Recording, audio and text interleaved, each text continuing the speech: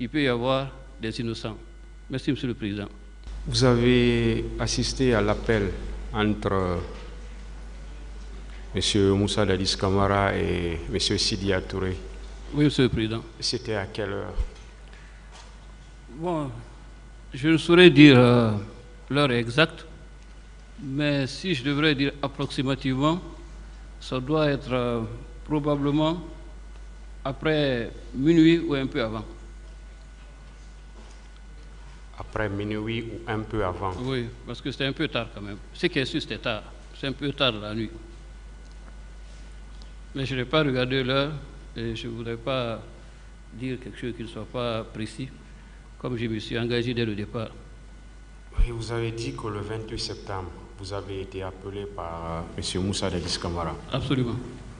Pour rallier le camp. Absolument. C'était à quelle heure? Ça, c'est en fin de journée. Peut-être vers 18h, 19h à peu près. C'était pas encore la nuit quand même, mais c'était à la fin de la journée. Vous avez dit 18h, 19h. Oui, c'est à la fin de la journée, ça je suis formé.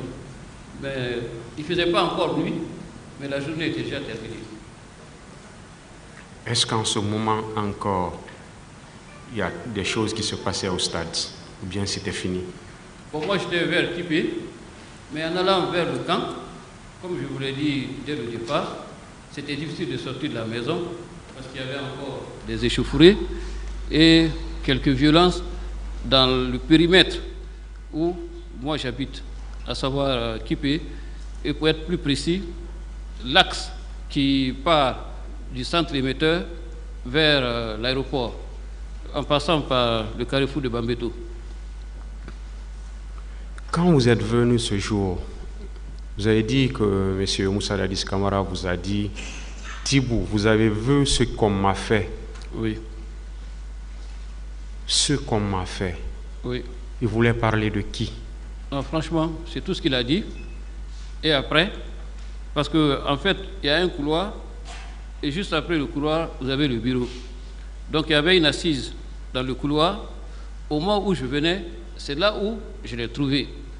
Et après, là-bas, parce que apparemment, et ça je le saurai après. Oui, ce qu'on m'a fait, il veut parler de qui? Je saurais le dire. Je veux savoir. Il n'a cité personne, il n'a avancé aucun nom précis. Pratiquement, il ne vous a rien dit de spécial. Non, Monsieur le Président. C'est juste cette exclamation. Ça me ramène à vous demander pourquoi il vous a appelé ce jour pour venir. Pourquoi il vous a appelé? Moi-même, par la suite, je me suis posé la question, parce qu'en dehors de ce qu'il a dit et de l'avoir suivi après dans son bureau, pour écouter certainement ce qui s'était passé dans la journée, nous n'avons pas eu d'échange. Donc j'ai dû rentrer après. Donc il ne vous a rien dit? Non. Mais il arrivait qu'il m'appelle et que par la suite, qu'il n'y ait rien de particulier. Ce n'était pas la première fois. Il m'appelait souvent. Mais ce jour était spécial. Oui, c'est vrai, Monsieur le Président. Mais il ne m'a rien dit. Après ces événements, il vous a appelé. Oui. Vous êtes venu. Et il ne vous a rien dit? Non, à part ce que je viens de relater. Ministère public, des questions aux témoins. Merci, Monsieur le Président. Merci, honorable assesseur. Monsieur Tibou Camara, le parquet voudrait d'abord vous remercier pour ce temps et le récit que vous venez de donner. Oui. Je voudrais savoir, puisque vous avez dit tout à l'heure, vous étiez dans le voyage de l'abbé. Je voudrais savoir à quelle heure vous êtes arrivé à Conakry. Moi, parce qu'en fait, on est parti en rang dispersé et on est rentré en ordre dispersé. Moi, personnellement, je suis rentré en début de soirée. En début de soirée? En début de soirée. Le 27? Le 27. Est-ce que, quand vous êtes arrivé, vous avez pris un peu de temps au camp Al-Fayaya? Ou bien vous avez continué directement à la maison? Non, non, je suis allé directement à la maison. À la maison? Directement à la maison. Vous étiez le conseiller spécial du président Dadis à l'époque? Non, ministre chargé de la communication auprès du chef de l'État et du ministre de la Défense. C'était la fonction précise. est-ce que vous avez constaté une réunion, la préparation d'une réunion au fin de prendre des dispositions quant à la manifestation du 28? À votre connaissance, est-ce que vous avez eu connaissance de cela? Non, monsieur le procureur, non. Il n'y a jamais eu de réunion où vous n'avez pas pris part à une réunion pour prendre des mesures idoines dans le cadre de cette manifestation du 28? Non, monsieur le procureur. Alors, je vais revenir sur ce qui vous intéresse principalement. La communication entre le président Dadis, et le président Sidya Touré.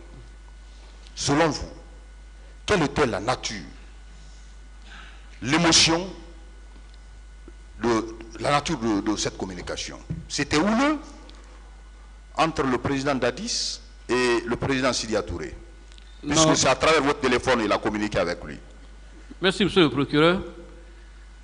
Je ne crois pas que la conversation ait été houleuse ou venimeuse, dans la mesure où l'esprit de l'appel, c'était un plaidoyer dont le président avait été convaincu pour pouvoir parvenir à un accord et à un compromis avec les organisateurs. J'ajoute que c'est le capitaine qui m'a demandé d'appeler Sidya. Cela veut dire qu'il a estimé sans doute, parce que ce n'était pas le seul qui était engagé dans l'organisation, qu'avec M. Sidya Touré, le courant passerait mieux et qu'il était un meilleur interlocuteur que les autres. Le président Dadis n'avait-il pas menacé Sidya Touré en votre présence au téléphone? Non, monsieur le procureur, à aucun moment. Il ne l'a pas menacé? Non. Il n'a pas tenu ses propos. Si vous organisez la manifestation, vous serez tenu responsable. Il a tenu ses propos, oui ou non, devant vous? Vous savez, comme je l'ai indiqué, la conversation n'a pas été à son terme. Il y a eu une première interruption. J'ai rappelé M. Sidya Touré pour une seconde fois. Et après, il y a eu une seconde interruption. Et puis, après, le téléphone ne passait plus. Donc, vous voulez dire qu'il n'y a pas eu d'échange houleux? Il n'y a pas eu de menace dans les propos du président Dadis? À ma présence et à ma connaissance, non. Quand vous êtes arrivé, vous dites que le 28, dans la journée, vous étiez à votre domicile. Le président Dadis vous a fait appel de venir au camp Al-Fayher Yallo. Quelle était l'atmosphère qui régnait au camp Al-Fayher? Non, franchement, à votre arrivée. Non, c'était un sentiment d'effroi, un sentiment d'émoi, d'incompréhension. Tout le monde autour, pour le peu de personnes que j'ai pu voir, se demandait comment cela avait pu arriver et surtout qui en était l'auteur. On sentait vraiment de la frayeur, de l'émoi, de l'émotion, de la stupeur et un sentiment de détresse, pour ainsi dire, face à l'ampleur du drame et aux premières conséquences qui se faisaient déjà sentir dans la cité. Pouvez-vous nous dire quelles sont les personnes que vous avez trouvées? Quelles sont les personnes que vous avez trouvées au cas Al-Fayher Yallo? Écoutez, ce sera difficile à dire, monsieur le procureur, parce que lorsque on est appelé par le chef de l'État, comme d'ailleurs le 27, on rate le pas et on ne pense qu'à le voir lui personnellement, sans compter qu'à cette époque, il y avait plus de militaires que d'autres personnes, et moi, de tout temps, je ne connais pas beaucoup de militaires jusqu'à aujourd'hui. C'est vraiment un milieu que je ne connais pas et où je n'ai pas de fréquentation. Alors, M. Thibault, vous avez également dit que quand vous êtes arrivé, le président Dadis, vous avez vu une personne qui était abattue. Absolument. Et suite aux raisons de ces morts, vous avez dit que les gens lui ont fait comprendre que c'est par bousculade. Alors, vous pouvez nous dire quelles sont les personnes qui ont tenu ces déclarations au président Dadis pour dire que c'est par bousculade? Vous savez, tout est allé très vite, comme je viens de l'expliquer. Lorsqu'il m'a appelé, je l'ai trouvé dans le petit couloir, attenant à son bureau, les mains sur la tête. quand il a relevé la tête et qu'il a vu que j'étais là, il a dit, Thibou, mon ami, tu as vu ce qu'ils m'ont fait? Tu as vu ce qu'on m'a fait? Moi, je n'avais pas de réponse face à une telle interpellation. Et presque aussitôt, il a continué dans son bureau et je l'ai suivi. Et la plupart de ceux qui étaient là, je ne connais pas leur nom, mais sont des gens qui appartenaient au service de sécurité et qui ont dû certainement suivre les événements sur le terrain et lui rendre compte de leur déroulement. Parce que c'est pour cette raison d'ailleurs que je ne suis pas resté dans le bureau, parce que je n'étais pas concerné, quoi. Vous ne connaissez personne de ces agents de sécurité? Non, franchement, non. Vous ne connaissez personne? Non, vous savez, moi, je n'étais pas très intégré. C'était presque, comme je l'ai dit dans ma déposition, j'étais lié à la transition et aux deux personnalités de par mes fonctions. Je n'avais même pas de bureau en tant que tel, et je venais lorsqu'on me faisait appel. Donc, je n'étais vraiment pas réellement intégré dans le groupe, et je n'avais pas de relation en tant que tel avec les autres acteurs de la transition. Alors, vous personnellement, vous avez dit que d'autres personnes ont trouvé la mort par balle réelle, à tir à balle réelle.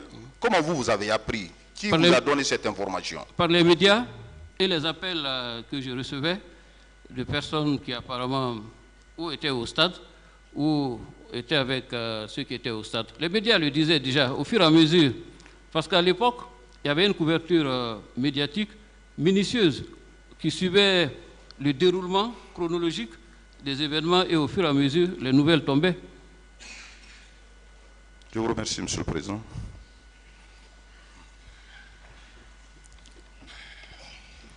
Merci, Monsieur le Président. Distingués assesseurs, nous allons donc continuer à poser nos questions. Monsieur Thibou Camara, nous vous félicitons pour la clarté de votre exposé. On va donc continuer à vous poser des questions de précision. Vous allez nous dire comment la garde présidentielle était structurée. Il y avait environ combien d'hommes là-bas? Monsieur le procureur, je pense que c'est une colle. J'ai suivi un peu les débats ici, même ceux qui étaient chargés de la sécurité, dont c'est le métier, et qui étaient dans l'action, n'ont pas pu répondre à cette question. Alors je pense qu'elle n'est pas destinée aux profanes que je suis. Oui, mais puisque vous étiez à la présidence constamment. Avec le président, être avec le président. Est-ce que vous n'avez pas eu une idée sur l'effectif de la garde présidentielle? Être avec le président, ce n'est pas être toujours à la présidence. Et ensuite, vous savez, les effectifs, les questions de sécurité relèvent de questions d'un autre ordre qui ne pourrait pas être connu de quelqu'un comme moi. Ce n'est pas possible. Vous n'avez pas su, il y avait environ combien d'hommes? C'est impossible que je le sache, même si je le voulais. D'accord. À la station de l'abbaye, qui avait pris la pompe pour mettre du carburant dans le véhicule du président Dadis? Non, je n'ai pas suivi la scène parce qu'on était scindés en deux groupes. Moi, j'étais avec le second groupe, un peu plus haut, autour du général Sikouba Konaté, et il y avait d'autres, un peu plus loin, autour du capitaine Moussa Dadis Camara. D'accord. Je reviens sur une question posée par mon collègue. Vous étiez rentré à Conakry, à quelle heure précisément? La nuit, c'est sûr.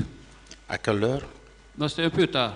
Parce que il était 0 heure. Quand le président Dadis m'a appelé, j'ai dit que ça doit être vraisemblablement après minuit.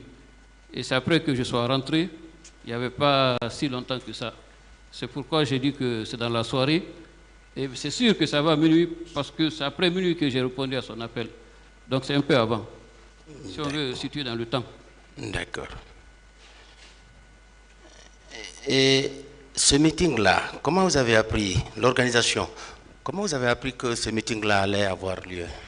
Monsieur le procureur, hier, comme aujourd'hui, chaque fois qu'il y a une manifestation qui est projetée, venant, que ce soit des acteurs politiques ou ceux de la société civile, longtemps avant la tenue effective et la date de la manifestation, il y a une large publicité qui en est faite, et c'est d'ailleurs par cette voie et par ce moyen que la mobilisation est faite. Oui, je veux savoir à quel moment précis vous, M. Thibault, avez été informé. Bon, je ne saurais pas. Vous n'avez pas la chance de le rencontrer. Monsieur le procureur, je pourrais vous dire que pratiquement tout ce que la Guinée comptait à cette époque, de fonctionnaires, d'hommes d'affaires, de religieux, d'hommes politiques, se sont succédés et relayés autour du capitaine Moussa Dadis Camara. Ce n'était pas une fois, ce n'était pas deux fois. Il avait des rencontres fréquentes avec l'ensemble des acteurs, qu'ils soient issus de la société civile, la société politique ou la notabilité religieuse. C'est vrai que je ne suivais pas son agenda parce que, comme je l'ai dit, je n'étais pas en permanence au camp Al-Faya. J'y allais le plus souvent lorsqu'on m'y appelait parce que je n'y avais pas de bureau et je n'avais pas de mandat qui m'obligeait à avoir une présence continue au camp qui était le siège de la présidence. D'accord. À la veille de ces événements, est-ce que vous avez remarqué leur présence pendant la nuit là-bas? Non. D'accord. Et juste avant ce 28 septembre, est-ce que vous pouvez nous décrire l'atmosphère qui prévalait à la présidence? Ou bien vous n'avez rien remarqué de spécifique? Comme je disais, avant le 27, tout le monde sait que le travail se faisait la nuit. Et comme partout où il y a un siège du pouvoir, il y avait toujours de l'affluence. Chacun venait poser son problème.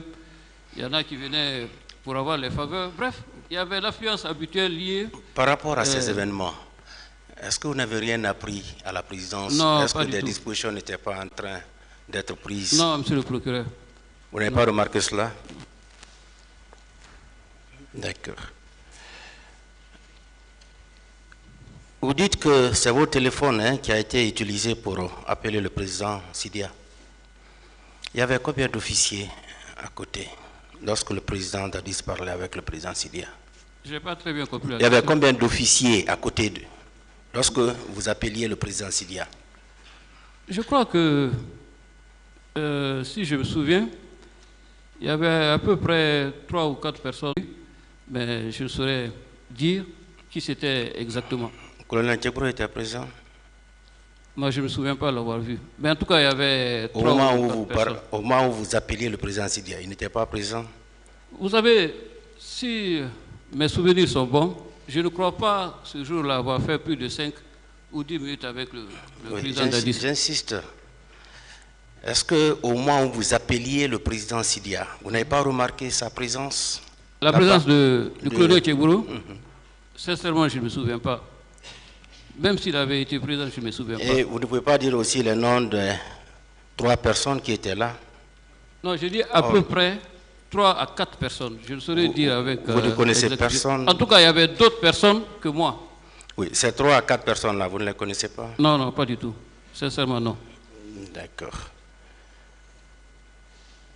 Et la maison qu'occupait le président Dadis, est-ce que cette maison avait une issue de secours? Non, non, non, je n'ai jamais su.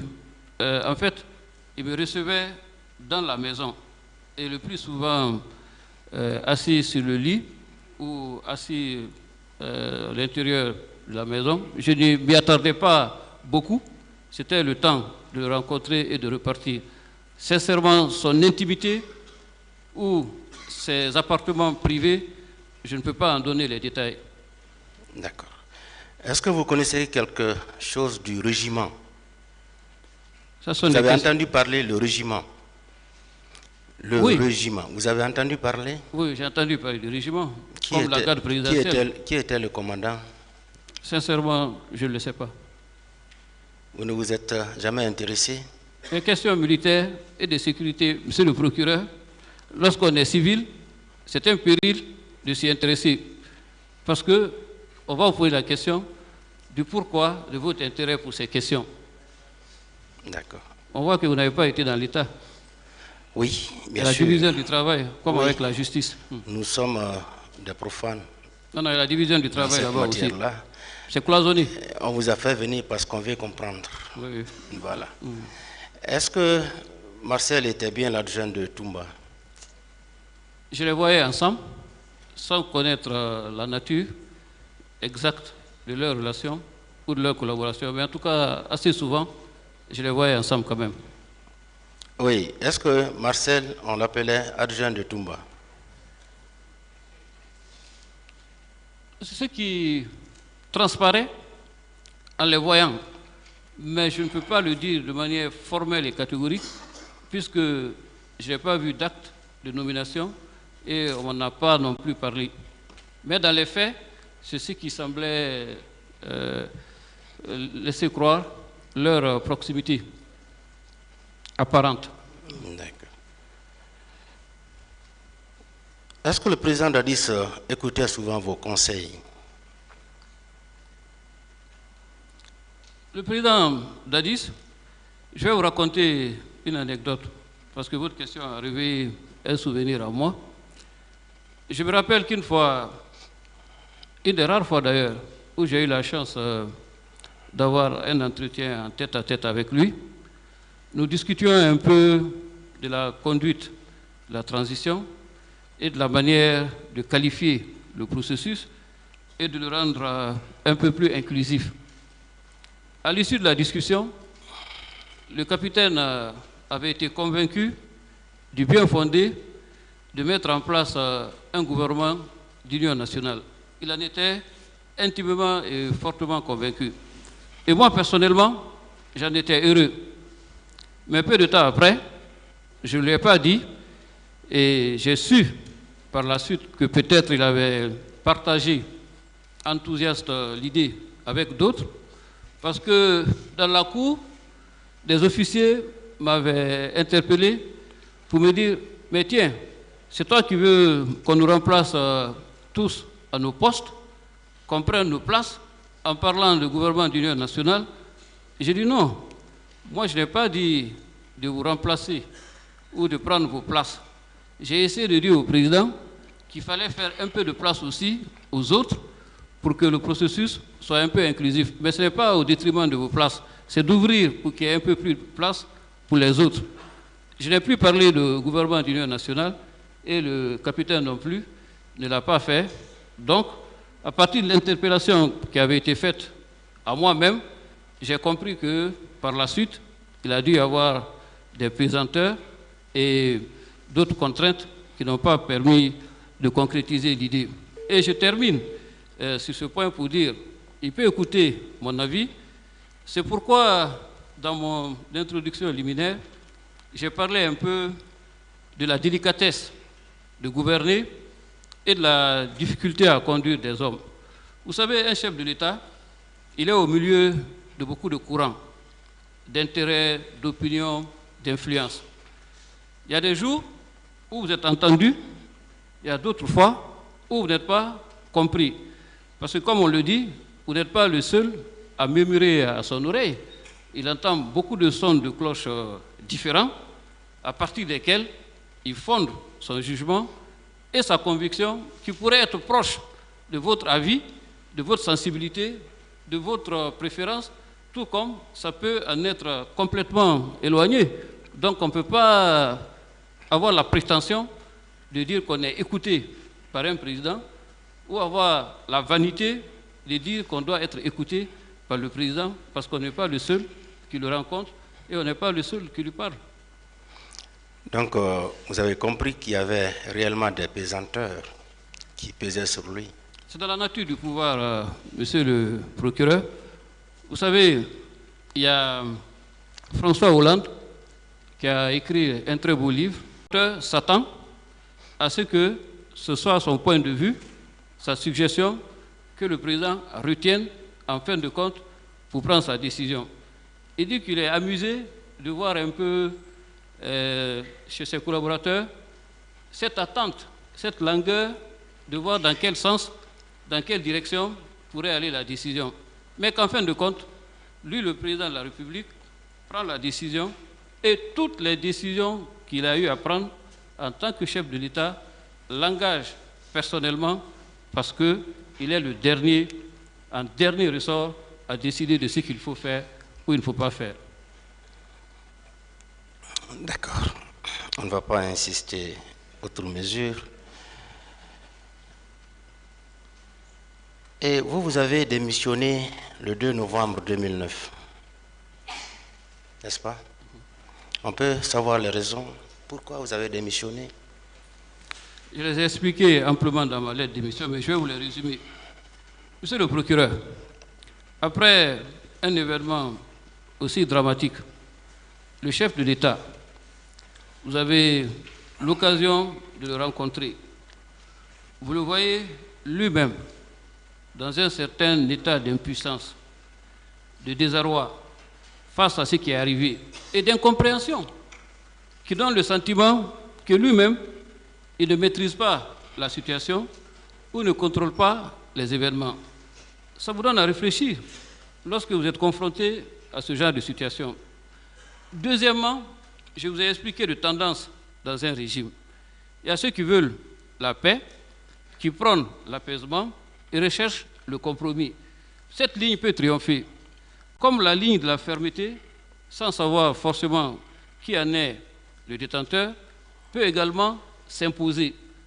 Après les événements du 28 septembre, j'ai senti personnellement, parce que nous avons mené des combats internes liés à la perception que chacun de nous peut avoir de la conduite de la transition ou non, mais tant que c'est dans le cadre du débat interne, il n'y a pas d'inimité particulière, ni de débordement excessif, ça peut se gérer. Mais lorsque vous avez le sentiment, investi d'un mandat, d'une petite portion d'autorité, que vous n'avez pas voix au chapitre, vous n'avez pas de pouvoir de décision, votre voix ne passe même plus, qu'est-ce que vous faites en âme et conscience? Si vous êtes un homme conséquent, qui a des scrupules, c'est d'être cohérent avec vous-même. Est-ce que vous avez senti dans le comportement du président Dadis, il exerçait réellement son pouvoir de contrôle ou il avait effectivement la maîtrise de la situation? Le président Dadis était dans un grand démocratisme parce que, comme je vous l'ai dit, son bureau ne désemplissait jamais. Je ne l'ai jamais vu d'autorité prendre une décision. D'ailleurs, même parfois, c'était difficile de prendre une décision parce que non seulement il voulait écouter tout le monde, mais il voulait que la décision reflète la synthèse de tous les points de vue, de tous les courants, de manière à ne vexer personne et à ne pas donner le sentiment de privilégier une tendance sur une autre. On peut appeler ça du compromis, comme on peut considérer que c'est un peu ce que je disais tout à l'heure de la décidophobie. Vous répondez, un grand philosophe, aux différentes questions que vous ont posées, M. Thibault. Vous n'êtes pas très direct dans vos réponses, je vais dire. Et nous aimons des réponses assez directes. Je vous ai dit, est-ce qu'à un certain moment, vous avez senti dans son comportement qu'il n'avait plus le contrôle de la situation ou la maîtrise de la situation? Est-ce que vous avez senti cela? Monsieur le procureur, je crois avoir répondu en amont à cette question. Si vous pouvez revenir là-dessus. Je vous ai dit que... Mais de façon précise. Je vous ai dit que juste après les événements, je l'ai trouvé dans le couloir, les mains sur la tête. Et quand il m'a vu, non, il a relevé la tête. Je ne sais pas si vous avez compris. J'ai très bien compris la question. Laissez-le finir, monsieur le procureur. Allez-y. Il a relevé la tête pour dire, est-ce que tu as vu ce qu'on m'a fait? Vous pensez que quelqu'un qui pose une telle question, il contrôle la situation? Ou il est maître de tout? Merci, c'est répondu.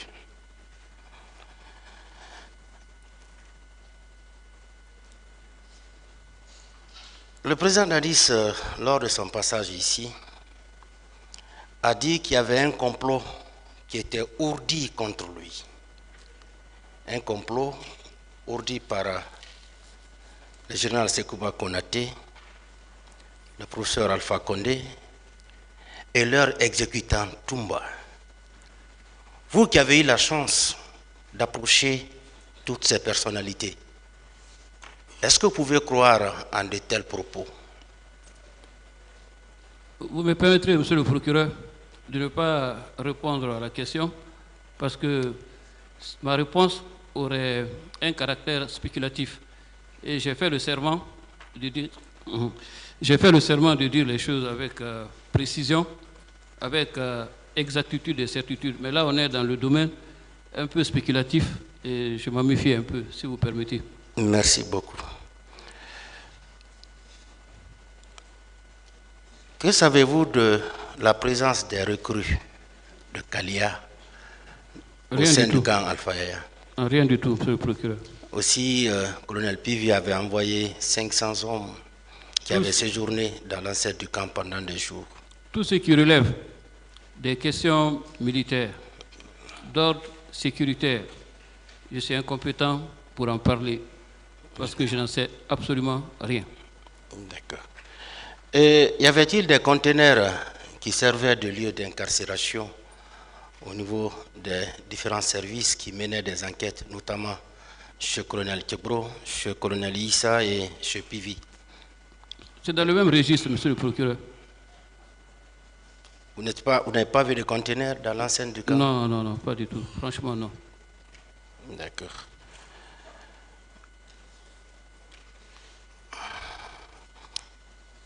Pour vous, la garde présidentielle pouvait se permettre d'aller au stade sans avoir reçu d'instruction? Je préfère parler de ce que je sais et me limiter à cela, monsieur le procureur. D'accord. Je ne veux pas faire de jugement de valeur. Vous ne savez rien aussi des charniers? Vous n'avez pas entendu parler? En dehors de ce qui en a été dit dans la presse, non. D'accord.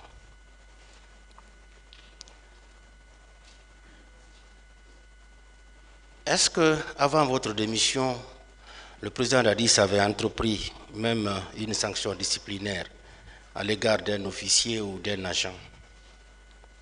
Le bruit courait dans les rangs qu'il y aurait eu des sanctions contre les présumés auteurs et responsables de ces événements, mais je n'en sais pas plus. En tout cas, le bruit courait que les actes ne resteraient pas impunis.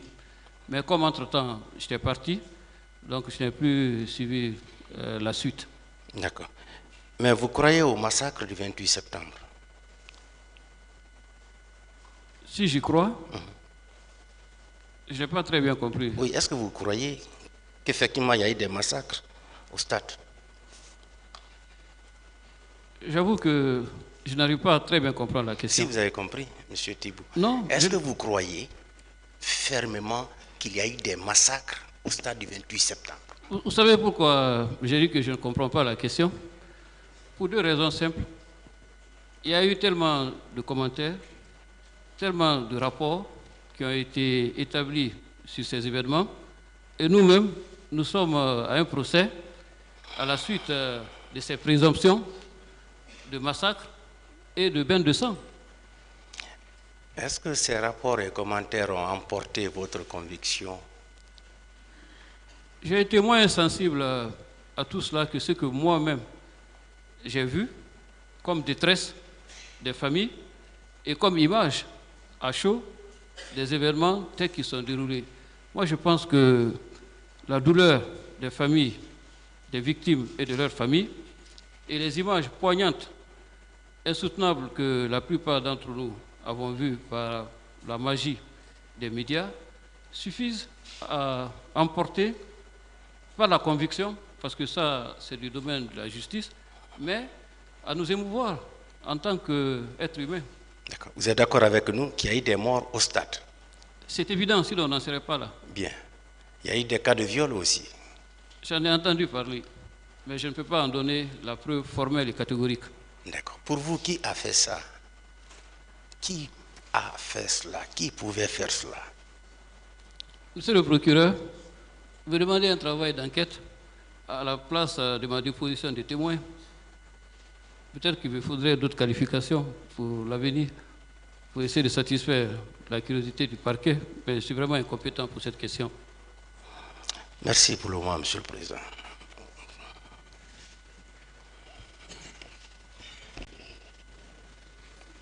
Merci, Monsieur le Président, Messieurs les assesseurs. Monsieur Camara, bonsoir. Bonsoir, Monsieur le procureur.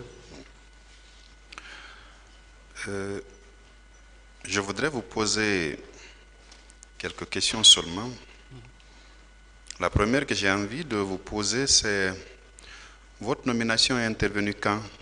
Parce que vous avez dit que vous étiez chargé de communication auprès de M. Moussa Dadis Camara, alors président de la transition, et du ministre de la Défense nationale, M. Général Sekouba Konaté. Votre nomination est intervenue quand?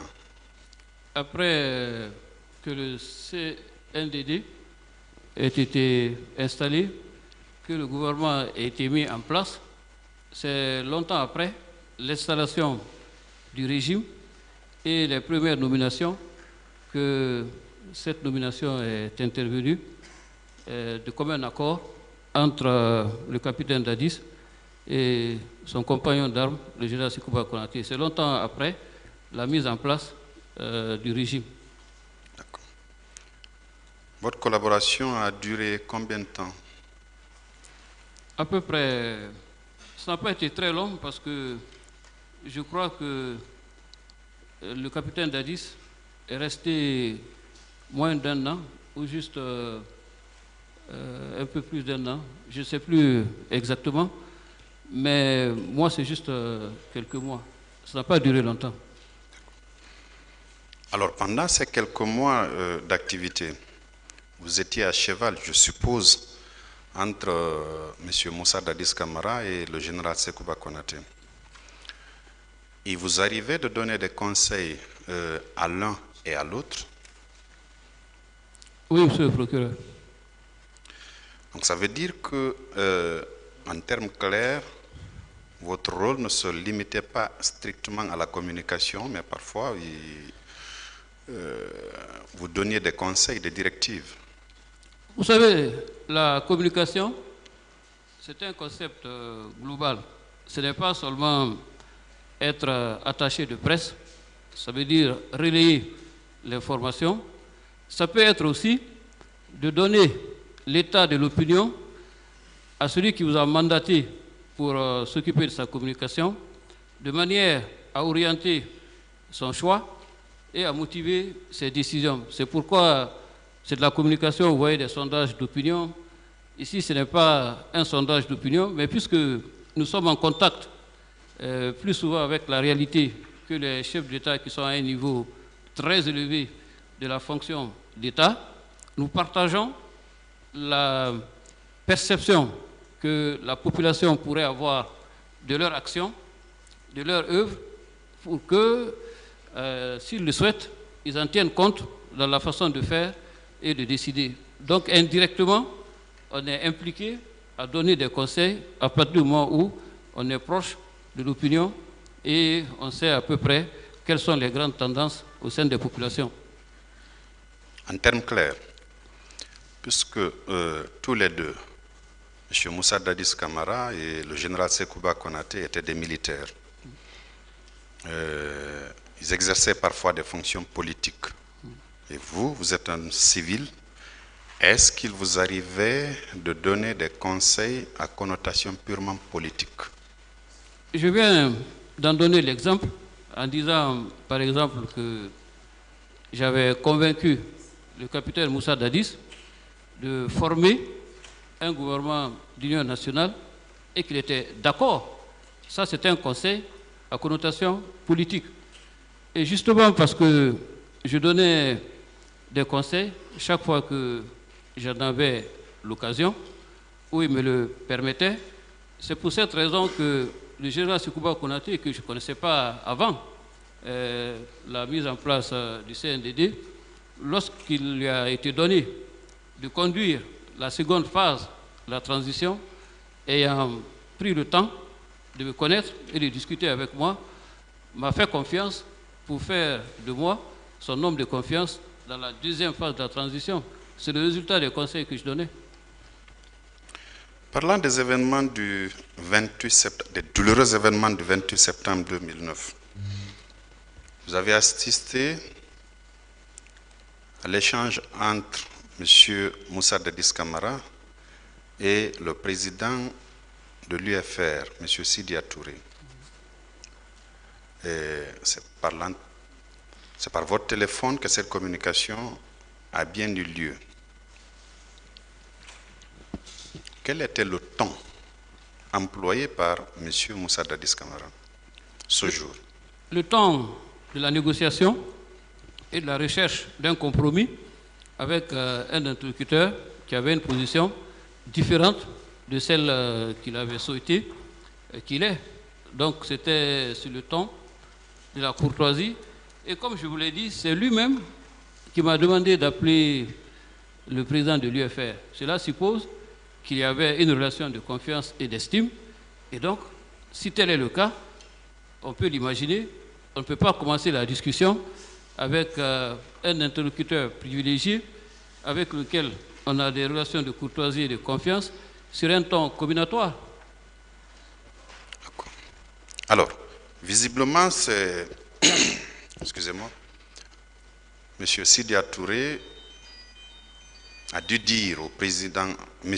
Moussa Dadis Camara, qu'il se faisait tard et qu'il ne pouvait pas joindre les autres organisateurs pour leur faire part d'un quelconque report. Après, est-ce que M. Moussa Dadis Camara n'a pas eu un langage colérique pour dire à M. Touré qu'au cas où la manifestation aurait lieu, qu'il engageait son anti-responsabilité ou les organisateurs engageraient leur anti-responsabilité? Est-ce que vous n'avez pas entendu le président, M. Moussa Dadis Camara, dire ça? Vous savez, monsieur le procureur, on n'a pas été, je le réitère encore, au bout de la discussion. C'est s'il y avait une conclusion à la discussion qui ne satisfaisait pas le capitaine, qu'il aurait pu avoir une réaction ou une autre. Mais j'ai appelé une première fois. La ligne s'est coupée.